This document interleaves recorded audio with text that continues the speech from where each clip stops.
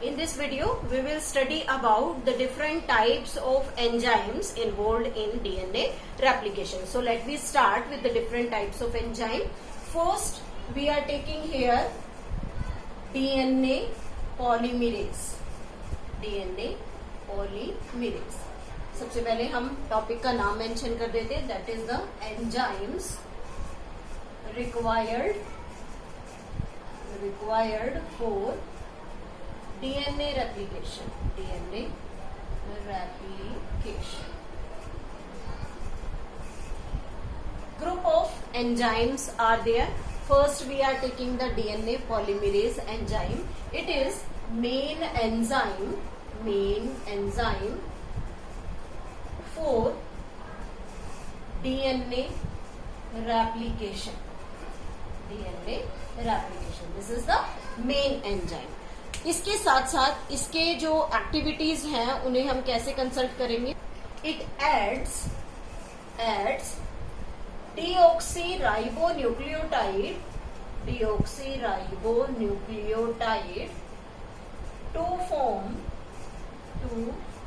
form new DNA. नए DNA की formation के लिए क्या करता है, डीऑक्सीराइबोन्यूक्लियोटाइड्स को ऐड करेगा. सो this is about the DNA polymerase. जब हम डीएनए पॉलीमरेज की एक्टिविटीज की बात करते हैं तो प्रोकैरियोट और यूकैरियोट दोनों में अलग अलग टाइप के डीएनए पॉलीमरेजेस प्रेजेंट होते हैं. तो सबसे पहले हम यहाँ बात करते हैं प्रोकैरियोट सेल के अंदर. प्रोकैरियोट्स में अगर बात करें तो जो डीएनए पॉलीमरेज है it is of 3 different type. DNA polymerase is 3 types. And what are these 3 types here? DNA polymerase first, DNA polymerase second and DNA polymerase third. 3 different types के enzymes हैं. This third enzyme, DNA polymerase third, is main enzyme responsible for DNA replication.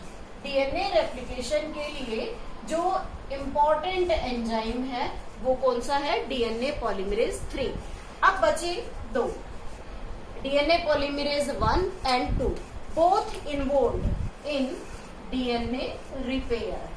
DNA repair means कि अगर replication के दौरान कोई segment या हम कहें कोई नाइट्रोजिनस बेस जो है वो फुल्ली रिकवर ना हो पाया या उसके अंदर कोई ये कहें कि कोई अबनॉर्मेलिटी है, कोई म्यूटेशन है, तो उस म्यूटेशन को रिमूव करने में, उस स्ट्रक्चर को प्रॉपर फुलफिल करने में ये दोनों एंजाइम यहाँ पर हेल्प करते हैं. तो इसलिए DNA polymerase enzyme in prokaryotes these are of 3 different types. Next आता है कि जो डीएनए पॉलीमरेज है that is discovered bye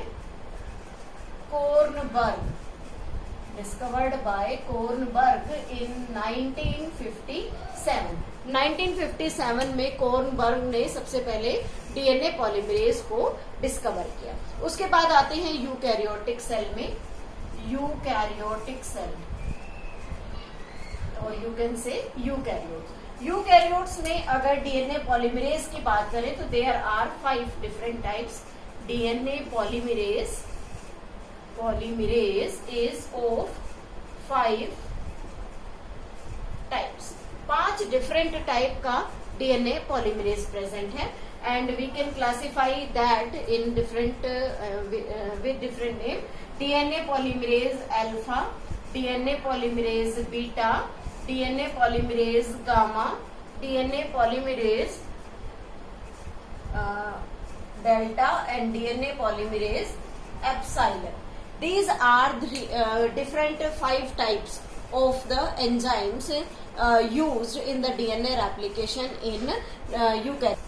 5 different types of DNA polymerases are there and all these perform different functions.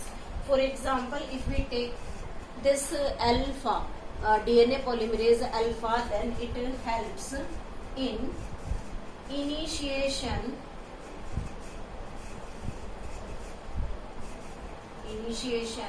of DNA replication.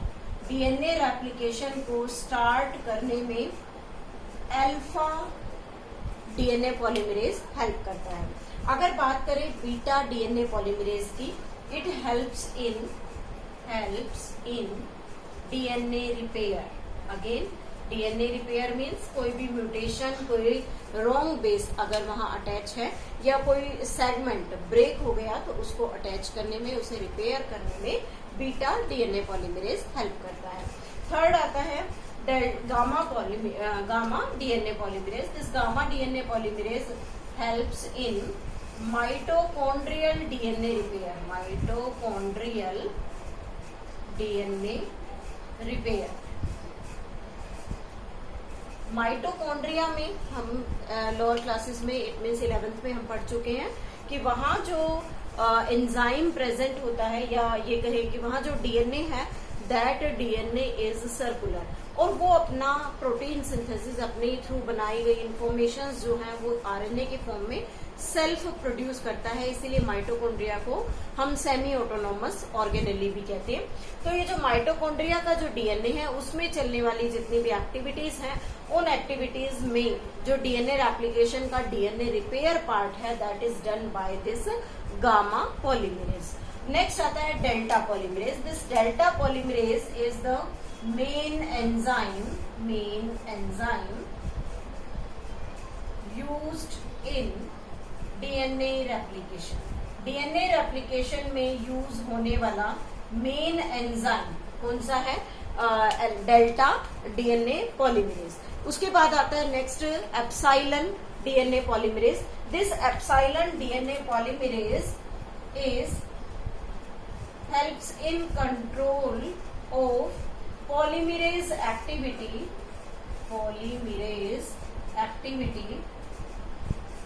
in HeLa cells में polymerase की activities को control करने में हेल्प करता है। अब क्वेश्चन उठता है कि ये HeLa cells क्या है?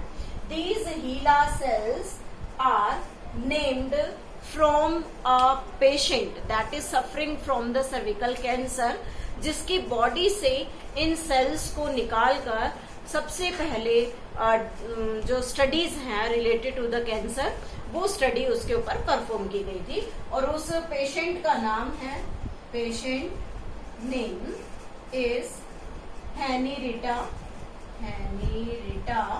लैक्स। और इस हेनरिटा लैक्स में हेनरिटा से फर्स्ट 2 लेटर्स और लैक्स से नेक्स्ट 2 लेटर्स को आइसोलेट करके इसका नाम दिया गया। This female suffering from cervical cancer,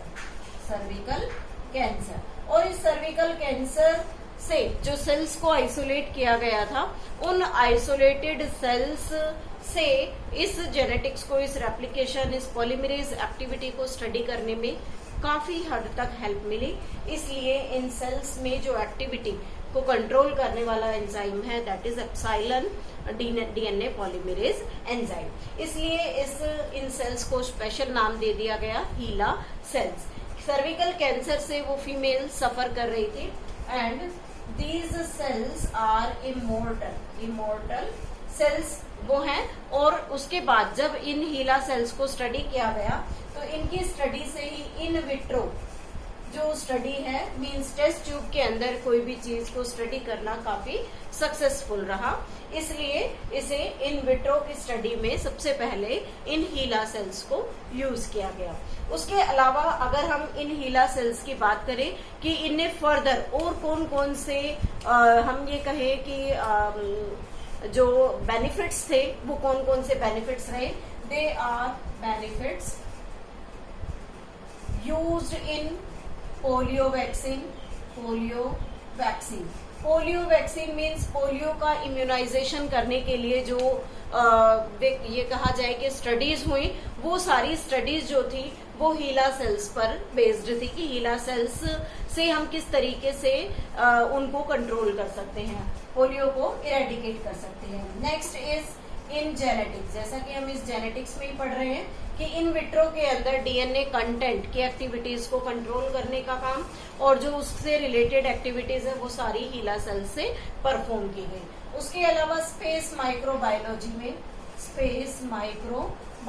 में इसका यूज किया गया and it is also used in virology में इसे यूज किया गया। तो डिफरेंट फील्ड्स थे जिन फील्ड्स के अंदर जनरली इसे यूज किया गया। तो दीज आर द बेनिफिट्स और we can say the uses of the HeLa cells, how it helps in the research work. So this is all about the DNA polymerases, that is the 5 different types of DNA polymerases in eukaryotes.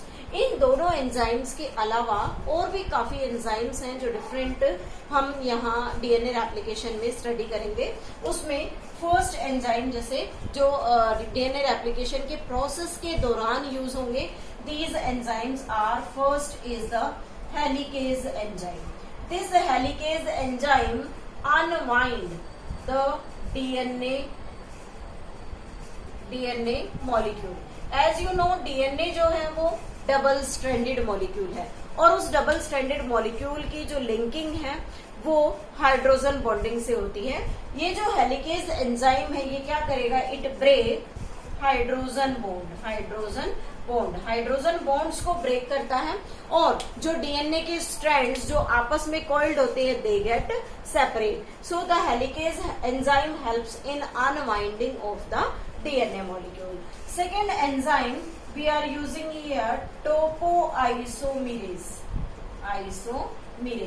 This topoisomerase release the tension between DNA helix। जैसा कि हमने पीछे videos में पढ़ा है कि DNA की जो टोटल लेंथ है वो अप्रोक्सीमेटली एक सेल में 2.2 मीटर लॉन्ग है और जब डीएनए रेप्लिकेशन स्टार्ट होता है तो कभी भी कंप्लीट डीएनए अनवाइंड नहीं होता। इसके पीछे रीजन क्या है कि कंप्लीट डीएनए को अनवाइंड करने के लिए एक ह्यूज अमाउंट एनर्जी की जरूरत होती है जो सेल प्रोवाइड नहीं कर सकता। इसलिए जितना इंफॉर्मेशन उसे आरएनए के फॉर्म में बनाना है वो सिर्फ उतना ही अनवाइंड होता है। तो जब कोई रॉप लाइक स्ट्रक्चर है और हम उसे जब अनवाइंड करने की कोशिश करते हैं तो अनवाइंड करने के बाद अगर हम उसे उसके दोनों एंड्स को जो हमने अनवाइंड किए थे अगर हम उन्हें फ्री छोड़ दें तो क्या होता है वो वापस से रिकॉइल कर जाएगी, वो रस्सी वापस लिपट जाती है। तो यहाँ अगर ऐसा ही हुआ कि डीएनए अनवाइंड हुआ देन दोनों एंड्स वापस से एक दूसरे के क्लोज आ गए तो जो रेप्लिकेशन का प्रोसेस है वो स्मूथली नहीं हो पाएगा।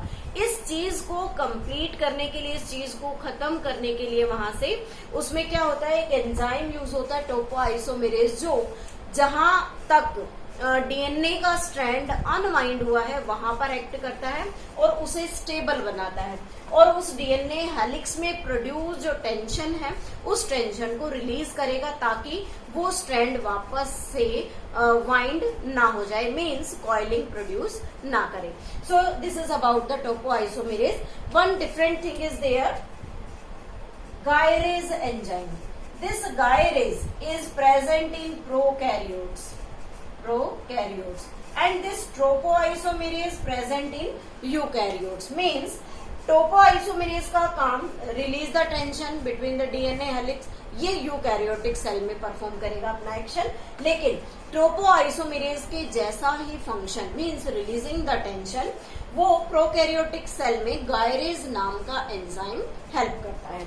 इसके बाद नेक्स्ट एंजाइम आता है डीएनए ligase।